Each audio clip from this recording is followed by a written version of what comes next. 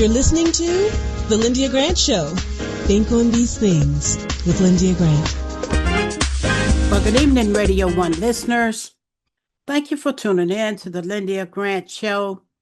I am here to close out this year, 2025, by telling you thank you for tuning in to The Lyndia Grant Show for 15 years now. And to announce that we're about to start our podcast. We're going to be running, starting in January, the Lyndia Grant Show Think on These Things podcast. As you all know, a podcast runs about an hour, maybe an hour, 15, 20 minutes.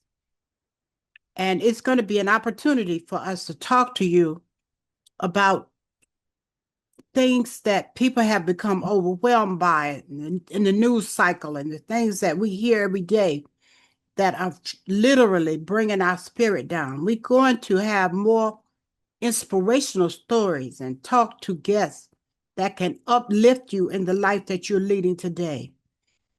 I am excited about the Lyndia Grant Show podcast.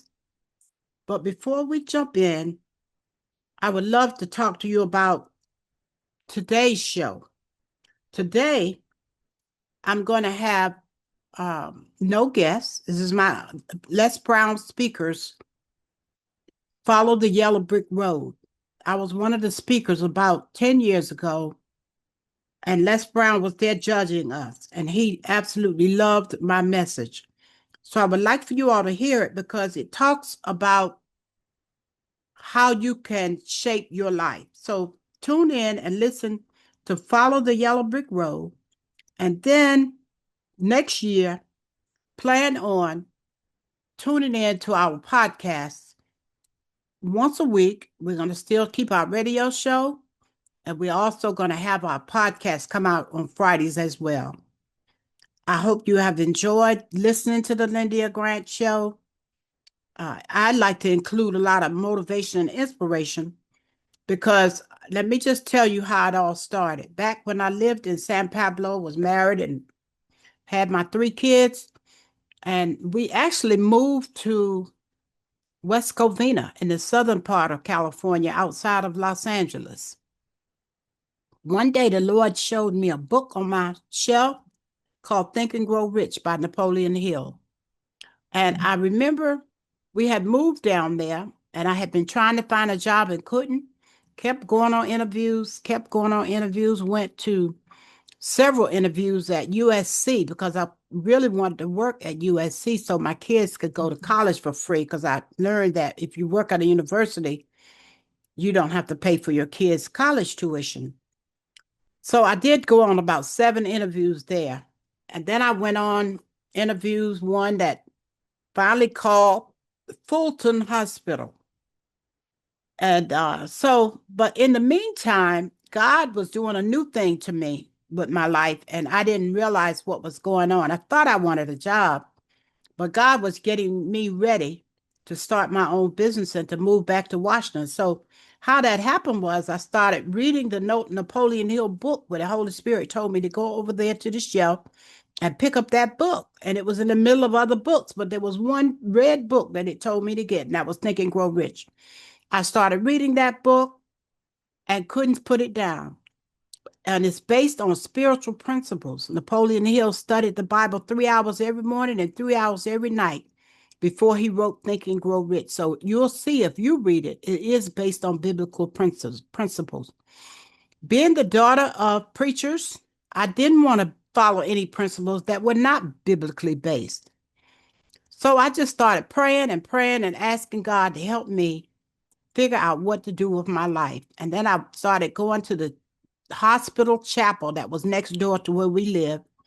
And I took my youngest son, and we would get on our knees every day, every morning, first thing in the morning, praying, asking God with tears coming down my face, what should I do?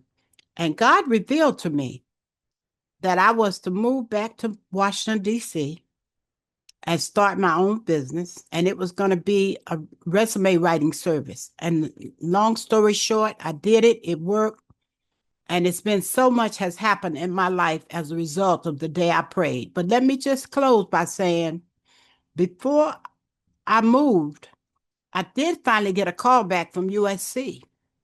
And I had to tell them no because I was listening to what God had said to me. I also got a call back from Fulton Hospital because I had been a supervisor at Children's Hospital in Oakland. I had to tell them no. So I just want to say to you all, follow what God is showing you. Now listen to my tape, follow the yellow brick road. I hope you had a happy Christmas, Merry Christmas, and a Happy New Year. Hello, my name is Lyndia Grant. Thank you all so much for coming out to the Les Brown Platinum Speaker Showcase at the Sheraton North in Beltsville, Maryland. Today, you'll get a chance to purchase my tape from my message, and the title of it is Follow the Yellow Brick Road and Believe in Yourself. I'd like to suggest that you play this tape whenever you feel yourself off course. Play it in your car, play it at home. Think about this message. Follow the yellow brick road and believe in yourself.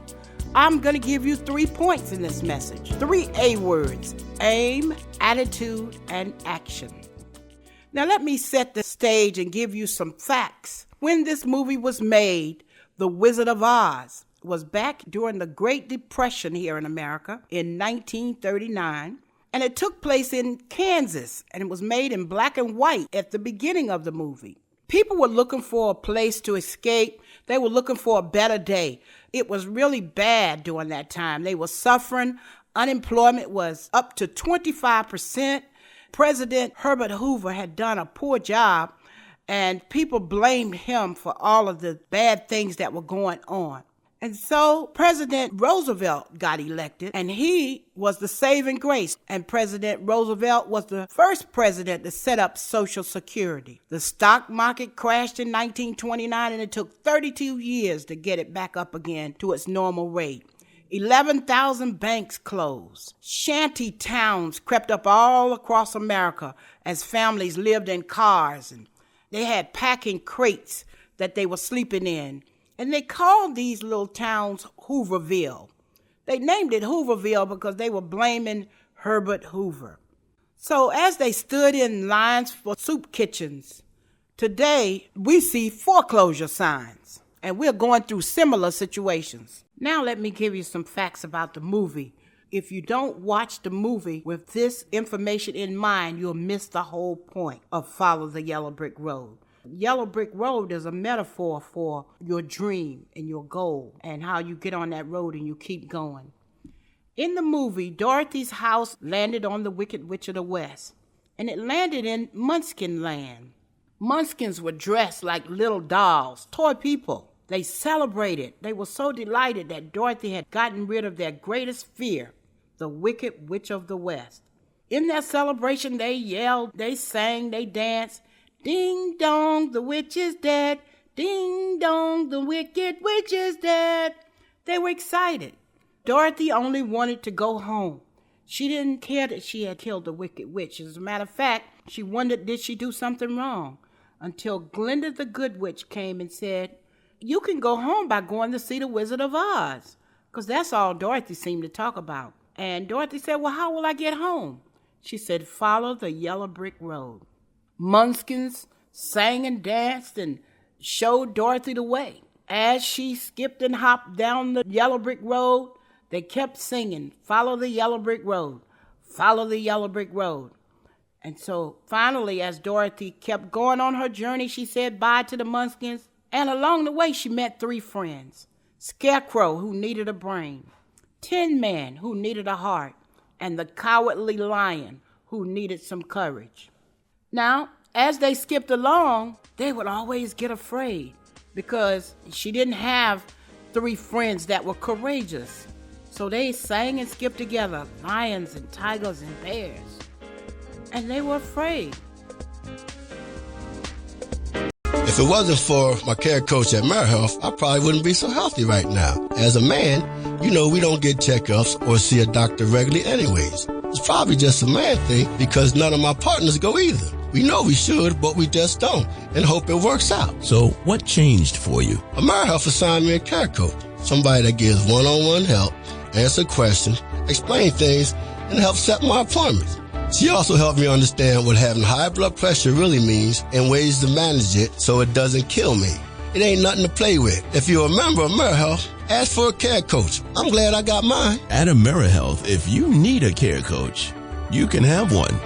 Just call us at 1-877-759-6224 to get connected. 1-877-759-6224. This program is funded in part by the government of the District of Columbia Department of Healthcare Finance. Mayor Muriel Bowser. Washington Informer religion columnist Lyndia Grant. Rosa Parks refused to give up her seat on a segregated Montgomery bus. In lectures on brotherhood, Ms. Parks often said, "People always say that I didn't give up my seat because I was tired. But that wasn't true. I was not tired physically. I was not old. I was 42. No, the only tired I was tired of giving in." Driven out of Montgomery by harassment and death threats, Detroit, Michigan became her new home. Read more in the religion column of the Washington Informer, an award-winning African-American newspaper. We don't report crime or gossip, just positive news. Pick up the Washington Informer or visit us online at washingtoninformer.com. Call 202-561-4100 for more information. This is Frank Smith with the African American Civil War Museum in Washington, D.C., located at 1925 Vermont Avenue Northwest on the Green Line.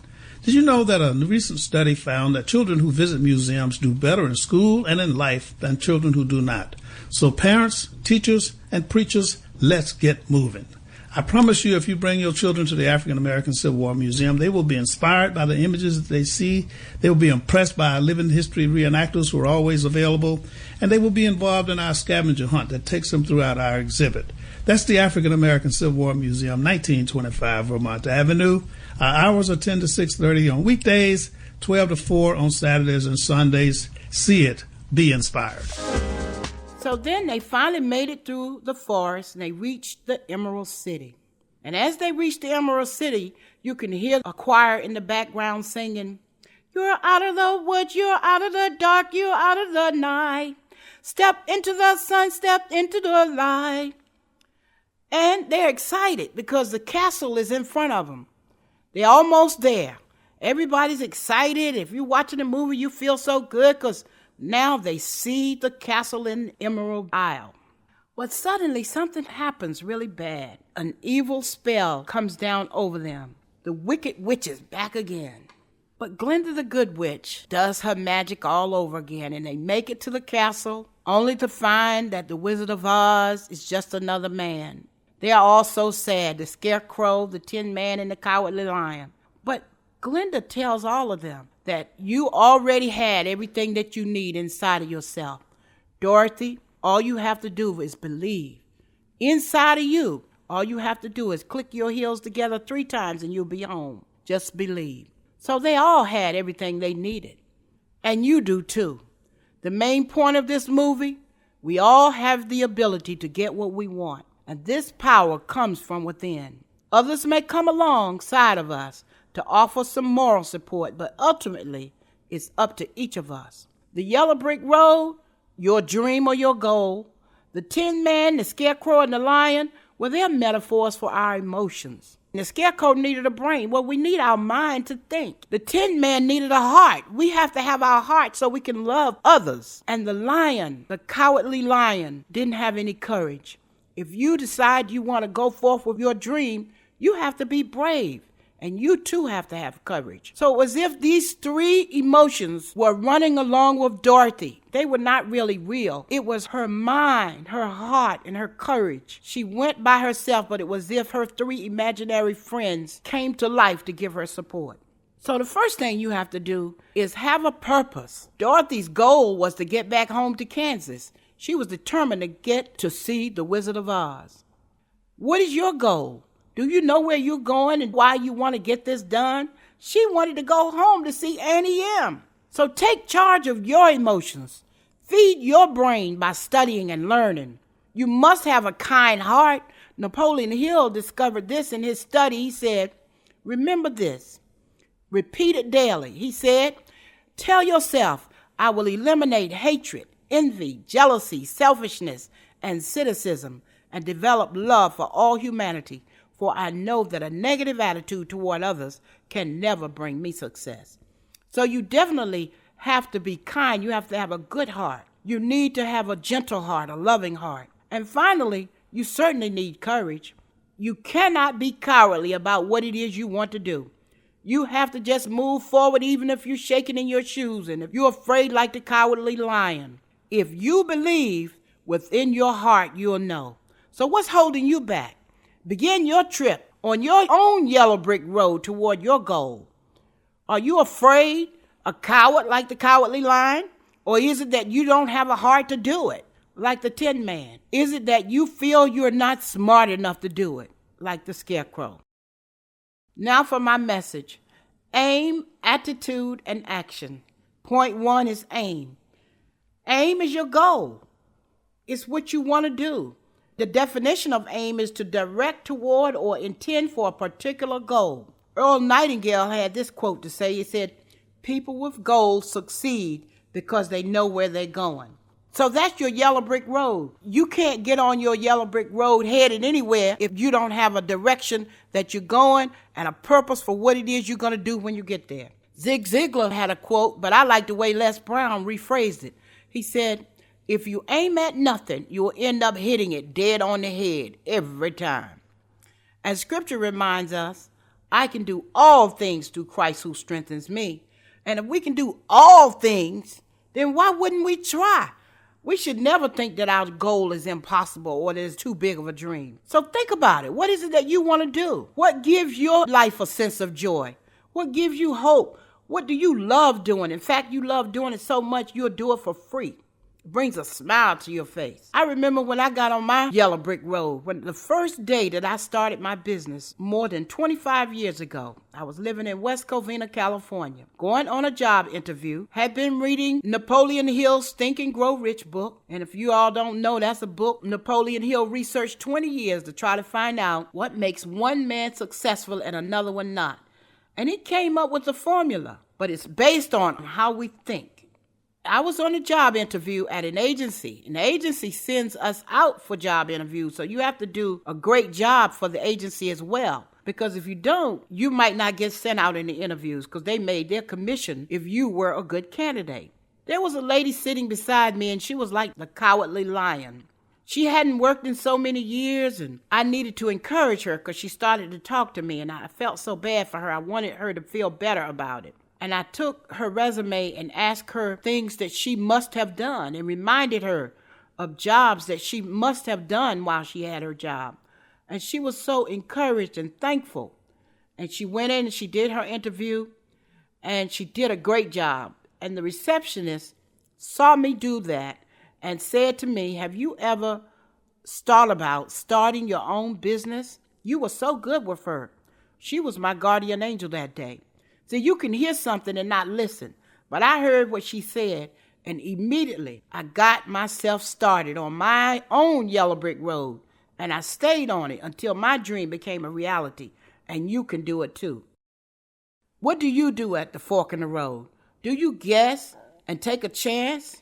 You will surely know. Because like the geese, when they're flying south every year, you'll have a built-in instinct when you know what it is you're trying to do. You'll have an inner knowing, your very own built-in GPS system. So feel good about your decision. You can't have doubt in your head. The scripture reminds us that we can move mountains if we have faith the size of a mustard seed, but we shall not doubt. Next point is attitude. Oh, that's a powerful word. It's all about our thinking. Victor Hugo observed some birds one day. He said, "Look at the confidence of a bird. As the bird pauses in flight a while, lands on a branch that just might break.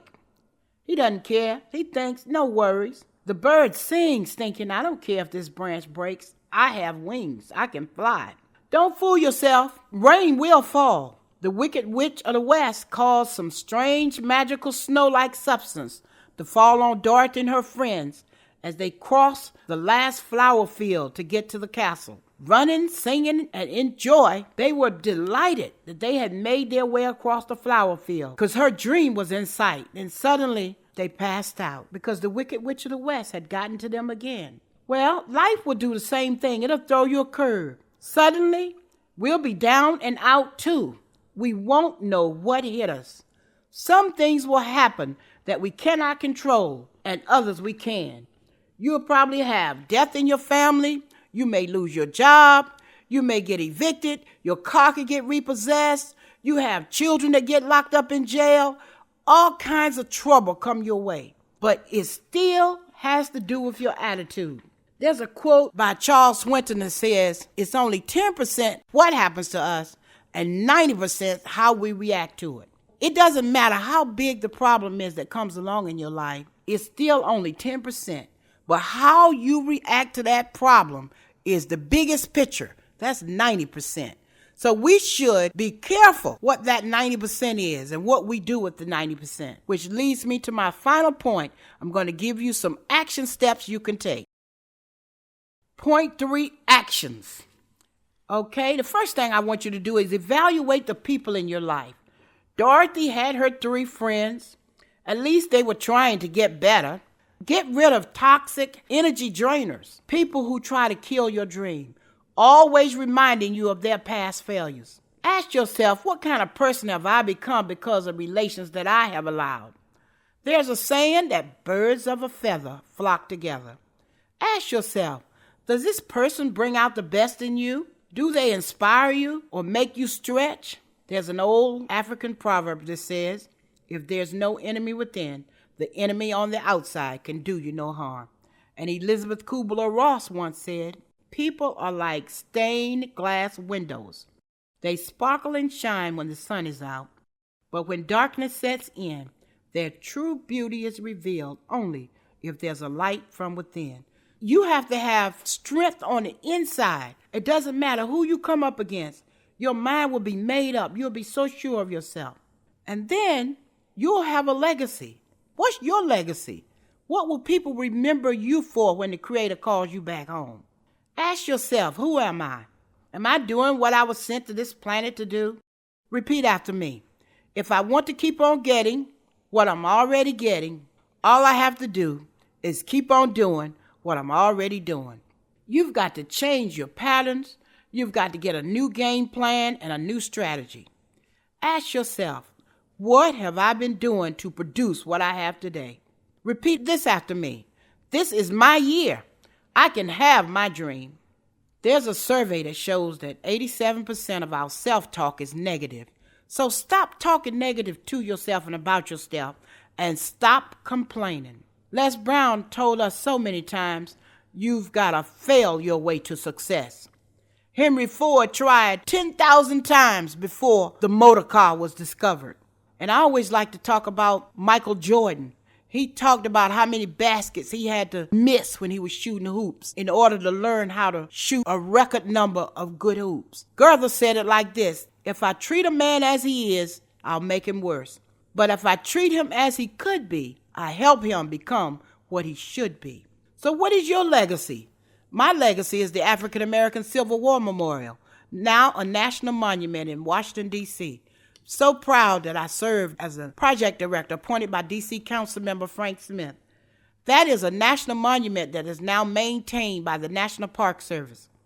The names of 209,145 U.S. colored troops who served in the American Civil War at a time when President Lincoln didn't know what to do because America was fighting against itself, the North against the South, the Confederates against the Union. Black people were still slaves. But in order to win the Union side, he needed some more men because so many of his Union soldiers had been killed. And he decided, I'm going to do whatever I have to do to save the Union. If it means signing the Emancipation Proclamation to set the slaves free, I'll do it. Go to the Lincoln Memorial and read his quotes. You'll see. He did what he had to do to save the Union. And those black soldiers came in and helped win a lot of battles. And then what are your circumstances? Zig Ziglar always said it like this. He said, it doesn't matter where you were born or what your circumstances were. Les Brown and his twin brother were born on the floor of an abandoned building in Liberty City, Florida. And look at us. All of us Les Brown speakers are here today. And you have speakers all over the country in California and Chicago and Detroit and Florida. Speakers, hundreds of speakers that Les Brown has trained. Even when his creator calls him home, look at what he has done. Joyce Meyer was raped repeatedly year after year by her father, and she's on 66 countries on TV every day, giving the word to people. Wayne Dyer, who stayed in an orphanage for 10 years, him and his 6 brothers and sisters, because his father walked out on his mother, and she couldn't figure out how to make enough money to take care of 7 kids, so she took them to an orphanage, and she came back 10 years later to get them. But Wayne Dyer found a way to look up into the stars, into the heavens, and to have hope. Louise Hay also was an orphan. She had a hard life. At the age of 60, she changed her life. So you're never too old. It doesn't matter what you do today. If it's something that you want to do, if you're 60 or if you're 70 or if you're 20, you can have your dream. Get started on your yellow brick road. I was born on a farm, one of 9 children. Parents that didn't have a lot of education, but they were smart as a whip. They helped us survive, and with lots of love. Each of us, though, had to find our own paths. Each of us had to find our own yellow brick road. This is a journey you must travel on your own.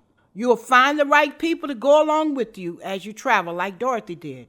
And even if they don't have a brain, let me just say, long as they encourage you, it's all right. Even if they're a coward, if they encourage you, it's all right. If they don't have much heart, if they encourage you, it's all about having people around you that will cheer you on, that will say you have greatness within you, and we believe in you. Repeat after me.